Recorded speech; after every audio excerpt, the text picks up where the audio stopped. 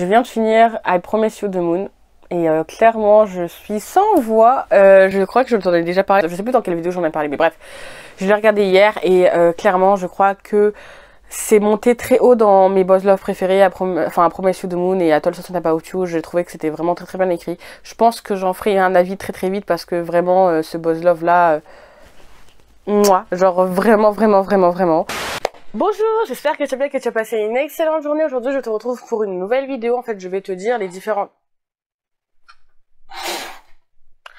Voici mes chats qui sont en train de se battre. Vous avez fini? Est-ce que vous avez fini? Non.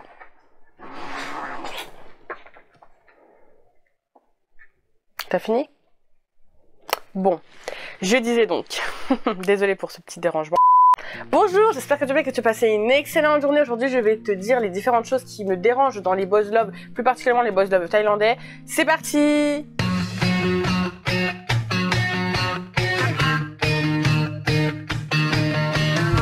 Alors déjà, avant de commencer, je sais que à chaque fois que je fais une vidéo, je fais des intros très longues. Mais bon, là, je vais essayer de pas faire une intro super longue. Mais en fait, c'est juste pour te dire que j'ai déjà filmé cette vidéo il y a genre 4 jours peut-être. Alors j'étais grave contente, j'étais avec le même outfit et j'ai essayé de reproduire le même maquillage que j'avais du coup ce jour-là. Le problème c'est qu'en fait à la fin, une fois que j'ai fini de tourner et que j'ai vu les rushs, je me suis rendu compte qu'en fait une grosse partie de ma vidéo était floue, enfin pas floue mais était de qualité genre médiocre, la mise au point ne s'était pas très bien fait et malgré le fait que j'ai quand même essayé, j'avais l'espoir d'essayer de pouvoir arranger la chose pendant le montage, je trouvais que ça faisait quand même bizarre. Je te montrerai aussi du coup mais bon, là on est motivé, j'essaie de reproduire le même make-up et le même outfit que j'avais ce jour-là. On est ready, je suis motivée, donc c'est parti pour la vidéo. Alors, comme je le disais du coup au tout début, je vais te dire en fait les différentes choses qui me dérangent dans les boys love, donc liste non exhaustive, sachant qu'il y a dans cette liste-là des choses qui me dérangent beaucoup et du coup je vais essayer de faire plus ou moins crescendo. Donc, alors, première chose en fait qui revient très souvent et qui est en fait assez dommage, je dirais la première chose et la chose la plus principale en fait, c'est le uke semé ou dominant dominé. Donc première partie, uke semé, dominant dominé.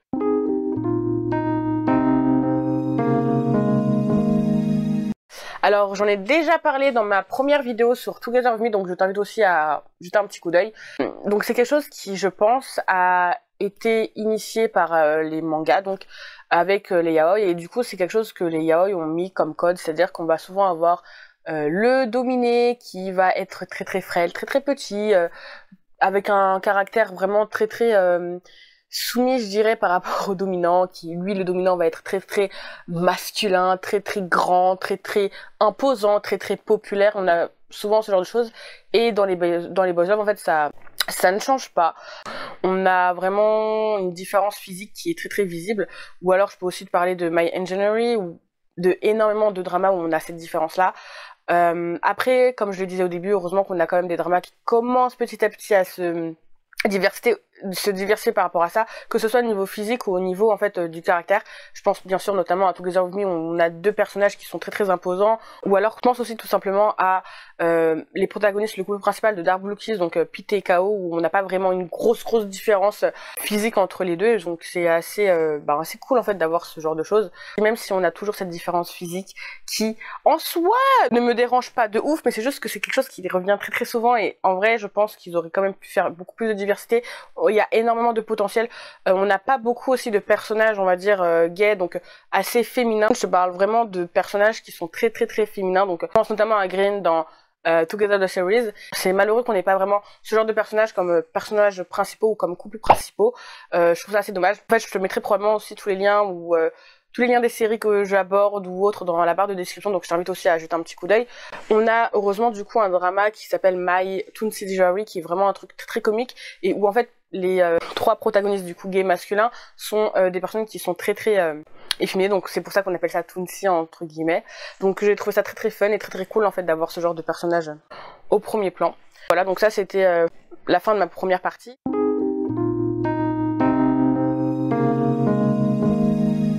Ce qui m'amène en fait à parler d'un autre truc, et ça c'est pas vraiment quelque chose qui me dérange, mais c'est quelque chose qui revient énormément dans les BL, et en fait à force ça m'énerve un peu, parce que on est stocké sur cet environnement-là. Déjà on a l'environnement du lycée qui revient, enfin qui est genre prédominant.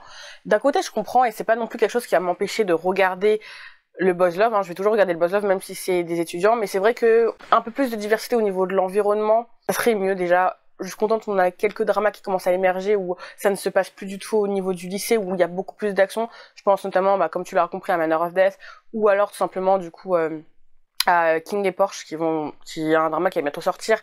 C'est vraiment dommage qu'on ait encore en fait tout le temps cet effet de université ou lycée. Et ce qui est encore plus dommage en fait, c'est surtout que on a clairement, tu vas très vite le remarquer si tu n'as jamais regardé de boys love. Comme je dis, je parle souvent dans les boys love thaïlandais. La plupart des étudiants sont en fac d'ingénierie. Why? On dirait il y a que ça, genre vraiment, genre tout le temps fac d'ingénierie.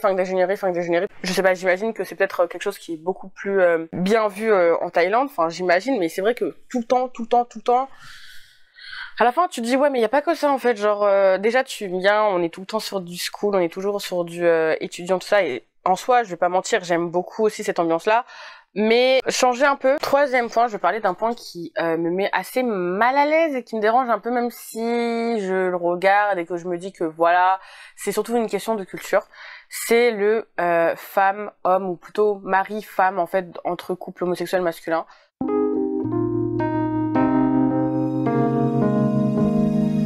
Par contre, ça, je vais dire, je pense aussi que c'est majoritairement parce que j'ai grandi dans la culture occidentale, donc je pense que c'est peut-être que ça qui joue et qui fait que je n'apprécie pas vraiment cet aspect en fait des couples. Une fois que le couple est créé, on va vraiment avoir en fait une espèce de féminisation de l'homme au sein du couple, et comme par hasard, bien sûr, on va parler du dominé qui va jouer le rôle de la femme, et ça en fait je trouve ça très rabaissant, que ce soit un petit peu en tant que femme, tu vois, et genre je me dis aussi en tant qu'homme, enfin pourquoi vous l'appelez pas tout simplement de mari en fait, genre pourquoi ça va être tu es ma femme, parce que ça va souvent être aussi cet aspect de ouais tu ferais une bonne femme, ce genre de choses, parce que justement il sait cuisiner.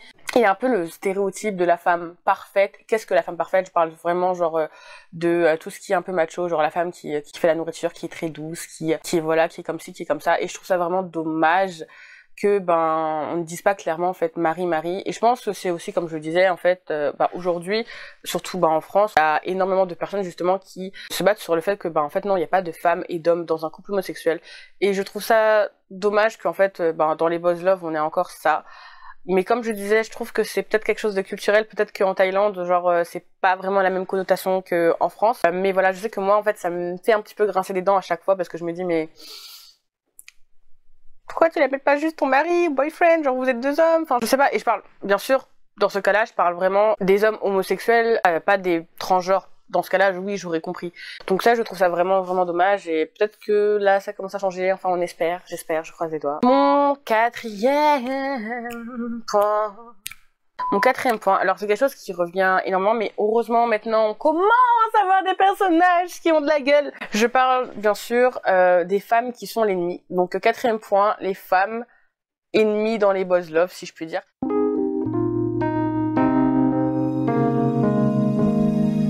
Quatrième point, la femme ennemie. Alors, il faut savoir qu'il y a quand même énormément de boys love où le personnage féminin est vraiment présenté comme une peste, comme tout ce que vous voulez, vraiment genre... en fait, son personnage en elle-même, c'est toujours représenté comme l'ennemi du couple. Ça va toujours être la personne qui est genre très sarcastique, qui va faire tous les plans qu'il faut pour détruire le couple masculin parce que voilà, c'est son boyfriend, ou parce que justement, c'est même pas son boyfriend à ce moment-là et qu'elle veut juste bousiller leur couple. Donc je pense notamment par exemple à la meuf dans Sean Lati, ou on peut même dire l'autre meuf aussi dans Together With Me. Donc on a vraiment encore cette notion de femme ennemie.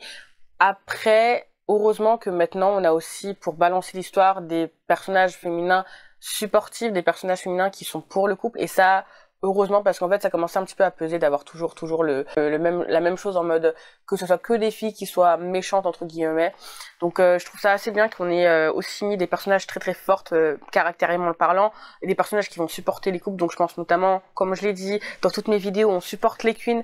Donc je pense notamment à Iwa dans Together With Me, of course. Je pense aussi à Manao dans Into You Meet Again, même si son personnage était beaucoup plus un personnage supportif, ou même à la sœur en fait de Dean, de Del du coup, dans Into You Meet Again. J'aime beaucoup. On a de plus en plus des femmes, des personnages féminins qui vont vraiment défendre leur meilleure amie ou autre, qui vont être un peu plus fortes aussi, qui vont pas être que des ennemis. Et ça, donc merci beaucoup d'avoir changé ça, parce qu'à force ça commençait un petit peu à devenir chiant. Donc sans lien aucun, je vais parler aussi d'un truc qui me dérange, mais là c'est vraiment quelque chose qui me dérange très très fortement. C'est le je ne suis pas gay, mais je l'aime lui.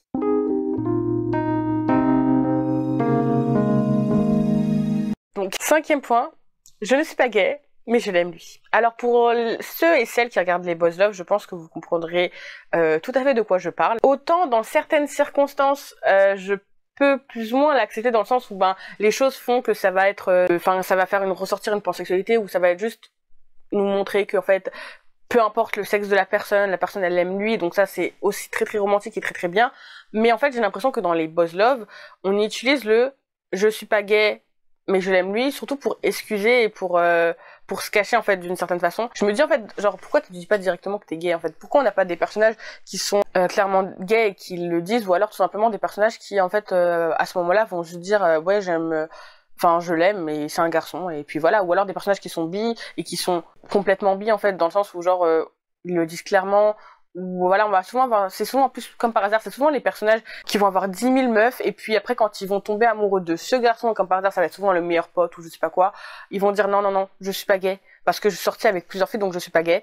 Genre dans ce cas-là, dis que t'es bi, enfin en fait c'est chiant de pas avoir beaucoup plus de coming out, si je puis dire clairement. Mais bon, c'est aussi un Boys Love, et les Boys Love c'est quelque chose de très très romantisé, voilà, c'est quelque chose de très très romantisé, donc je peux comprendre. Est-ce qu'il y a le soleil?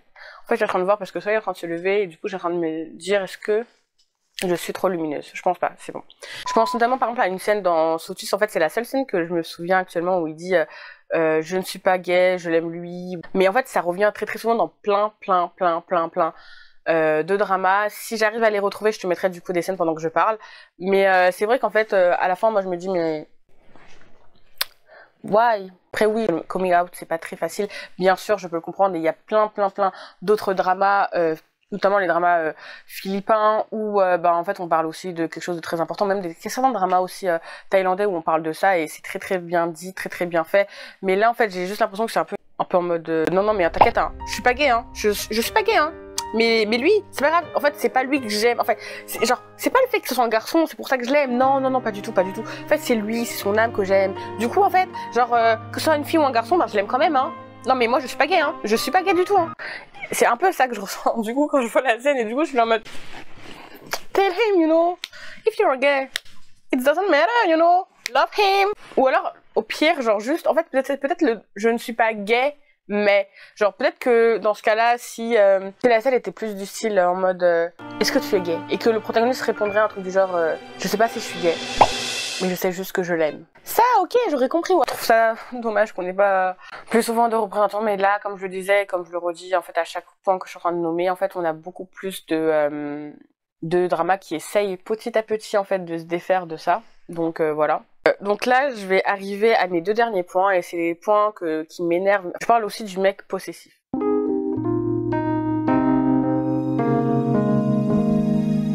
Alors, le mec très très possessif dans le couple masculin BL, en fait, ça va être quelque chose de très très commun. Autant sur certaines situations, on peut se dire que c'est cute, parce qu'une petite dose de jalousie, voilà. Sauf que souvent, ça va être une possessivité assez toxique, et une jalousie très très toxique aussi. Genre ça va souvent se traduire en truc du genre en fait si tu fais ça je vais te punir. Après oui, le punir ça va souvent être des scènes hautes, sauf que souvent ça va être en mode pas très consentant.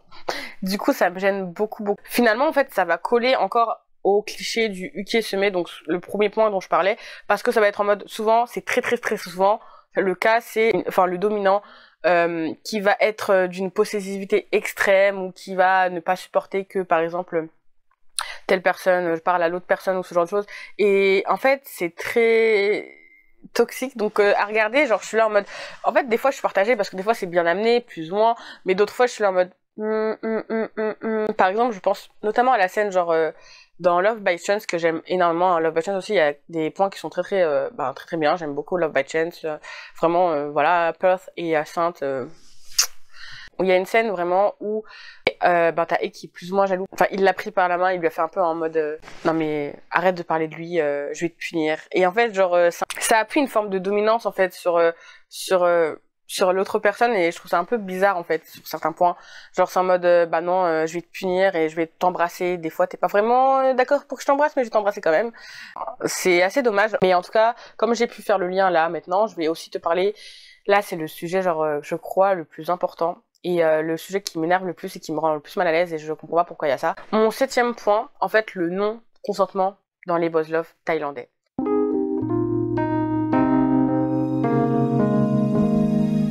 Donc, 7e point, le non-consentement dans les boys love thaïlandais. Alors, oui, je me prépare parce que là, on entame un sujet pas des moindres. Alors, comment le dire ? Donc, je pense que pour toi, donc si toi tu regardes les boys love, c'est une nouvelle pour les boys love, je pense que tu connais aussi les yaoi. Et en fait, c'est quelque chose qui revient très très souvent dans 90% des yaoi. On a des scènes de viol, on a des scènes non consenties, et peut-être que les boys love, donc qui sont de base des romans, se sont inspirés des yaoi. Enfin, je veux dire, c'est assez lié, donc je me dis peut-être que voilà. Mais en fait, dans les boys love, on va avoir des scènes non consenties, et en fait, ça va juste paraître normal. Quand l'un des protagonistes, par exemple, se fait embrasser de force. Je pense notamment à la scène dans Theory of Love où Kai, parce qu'il est bourré, commence à embrasser Third, et Third est clairement pas consentant, il est en train de pleurer. Il va y avoir cette chose en fait de se dire que dans ce moment-là, parce que Kai était bourré, ben ça compte pas. Genre parce que Kai était bourré, ben il peut faire ce qu'il veut. Enfin, je sais pas. Donc c'est très très banalisé, et ça va être souvent ça. Si l'un des protagonistes du couple est bourré, qui va commencer à l'embrasser de force, ou qui va commencer peut-être à le toucher un peu plus, ben ça va être genre juste normalisé, et c'est pas bien du tout en fait. On va vraiment avoir cette notion de tu dis non maintenant, mais moi je vais te faire dire oui. Ou alors le pire dans tout, c'est en mode et je pense notamment à une scène dans Tarn Type en fait, et c'est aussi pour ça que je n'ai pas continué Tarn Type. En fait, je trouvais que la relation commençait de manière très très en fait, pour moi, c'était juste trop, enfin, je sais pas, il y avait trop de non-consentement pour que je puisse continuer, en fait. Et c'est vrai que c'est resté dans ma tête que ça me dérangeait. Je pense notamment, par exemple, à la scène dans Tarn Type où, du coup, il y a Tarn qui va commencer à embrasser Type pour se venger pendant que Type est en train de dormir. Donc, clairement, pas consentant non plus à ce moment-là, hein. Ou alors, la scène, justement, qui m'a bloquée et qui m'a grave, frisée, c'est aussi la scène où, tout simplement, Tarn va faire une gâterie, entre guillemets, à Type. Mais clairement, Type n'est pas consentant. Il lui dit que de base, il veut pas. Mais en fait, ça va être en mode, vu que son corps a réagi, ben c'est acceptable. Alors que dans la vraie vie, c'est pas du tout comme ça que ça se passe, en fait. Genre, si quelqu'un te dit non, tu dis non, et c'est tout, en fait. Genre, t'arrêtes. Genre, que la personne dise oui au début, et puis après qu'elle dise non, ben c'est un non à la fin, tu vois. Genre, tu dis non, et la personne dit non au début, tu dis non, c'est non. Il y a pas vraiment cette question de consentement dans les boys love. C'est vraiment non-consentement sur plein de scènes. Je pense aussi, notamment, même si j'aime beaucoup ce drama, je pense aussi à une scène dans We Best Love, Mr. Second Fighting. Je crois que j'ai bien dit le titre, donc c'est la saison 2 de We Best Love. On a une scène où justement on a donc l'un des protagonistes qui s'appelle Shida, qui est bourré en fait, et qui va de force embrasser Yushi, et même si à la fin Yushi accepte, au début il a dit non en fait. Et ça va souvent être comme ça, genre on va vraiment avoir tu dis non au début, mais ton corps il réagit, ou alors à la fin tu vas aimer, donc je vais quand même te le faire. Et c'est pas du tout représentatif de la vraie vie, et je me dis surtout les jeunes qui regardent ça, peut-être que ils vont se dire que c'est le cas dans la vraie vie, même si je pense qu'il y a quand même certaines personnes qui sont capables de faire la différence entre fiction et réalité. Mais voilà, je trouve que ça véhicule vraiment un mauvais message. On n'a pas vraiment aussi de suivi qui sont pris en fait par rapport aux protagonistes. Ça veut dire que quand un protagoniste va se faire agresser, donc que ce soit par son copain, en fait ça va très très être normalisé, genre en mode vu qu'ils sont en couple c'est normal, même si au début je le veux pas, à la fin je vais dire oui, donc c'est normal dans le drama. Ou alors que ce soit genre quand il se fait agresser par une autre personne. Donc je pense notamment par exemple à une scène dans Tonhon Chonlati, où justement en fait Ton se fait clairement agresser sexuellement par, j'ai oublié comment il s'appelle, je mettrai peut-être le nom post-montage juste ici. Il se fait agresser en fait sexuellement par lui, et là du coup t'as Sean qui vient le sauver, qui vient l'aider, heureusement in extremis, hein.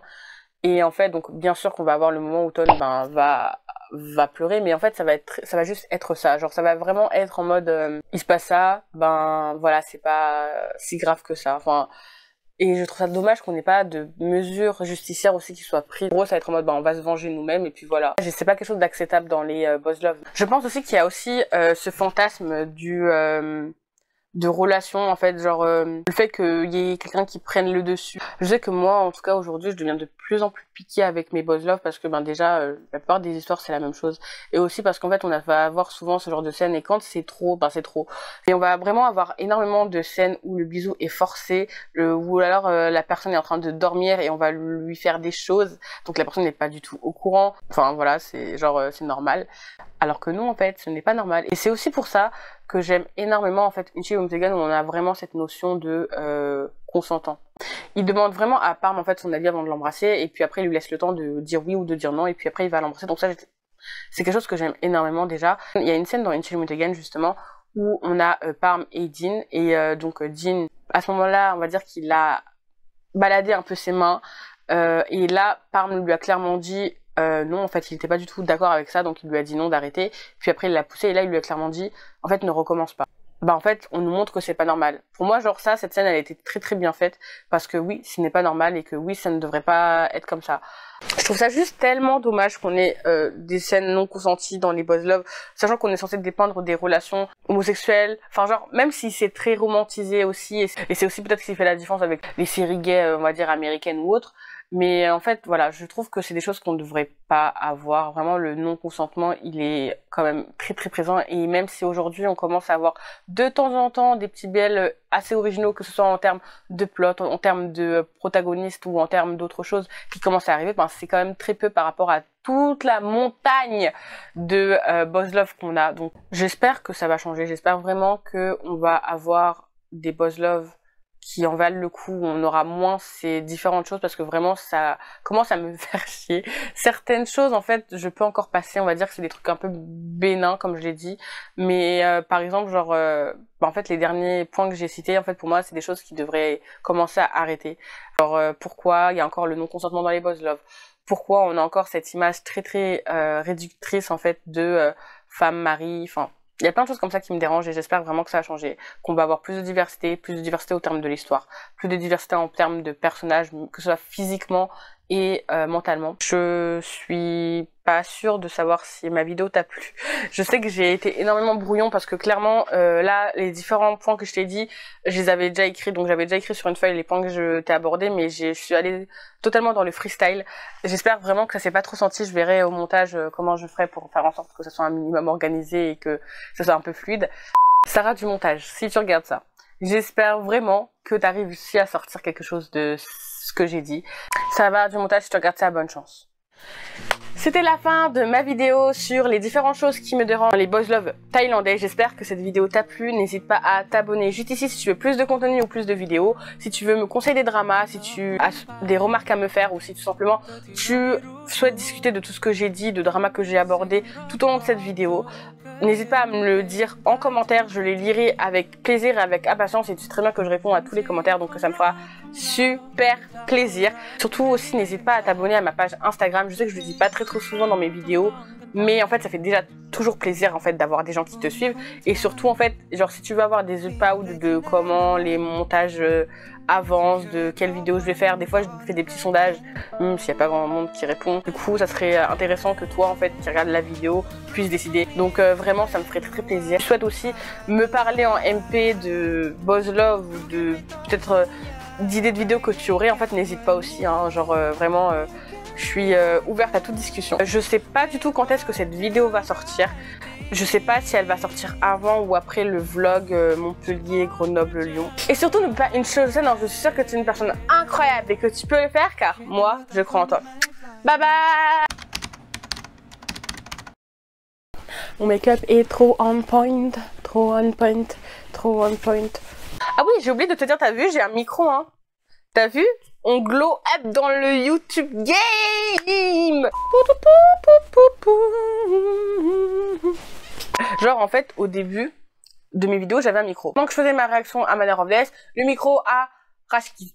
Donc voilà, j'en ai racheté un. Bon, je pense pas qu'il y a beaucoup de choses à mettre dans le bêtisier, hein, clairement, genre bye bye, bye bye, bye bye, bye bye, bye bye, bye bye, bye bye, bye bye, bye bye, bye bye, bye bye.